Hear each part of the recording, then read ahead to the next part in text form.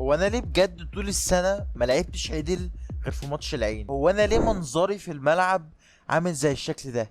ازاي مفيش اي خط وصل ما بين الخط الدفاعي والخط الهجومي؟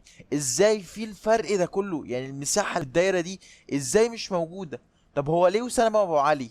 طب هو ليه جراديشار بيلعب في نص الملعب وامام هو اللي بيلعب وينج؟ طب هو ليه امام يخلص كرة زي دي في حين ان جنبك مهاجم ممكن تديله الكرة عادي جدا؟ انا عايزك تبص معايا على الكرة دي. اكرم اللي انت نازل تدافع بيه في الدقيقة 18 بص بيتكاسل ازاي في ان هو يرجع. محمد هاني هنا مدعوك في الكورة، مدعوك عمال طالع عينه.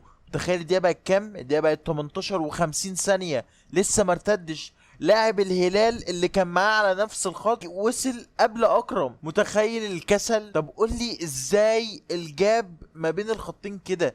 ازاي وسام بقى كده؟ هل انتوا بتمرنوا اللعيبه على ايه في التمرين؟ يعني لما مهاجم يستلم لي استلام زي ده مش عارف يستلم اصلا.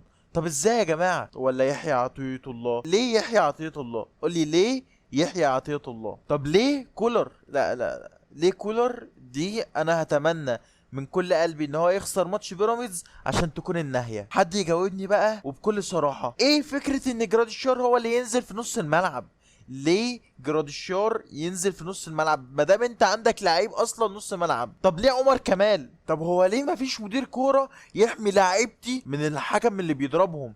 لعيب كوره اكيد مش هيضرب الحكم، انما لو عندي مدير كوره عدل هو فعلا مش هيستنى لاخر الماتش عشان ينزل يتكلم مع الحكم. موقف زي ده المفروض يتدخل محمد شوقي على طول. واخيرا، هو ليه اكرم توفيق؟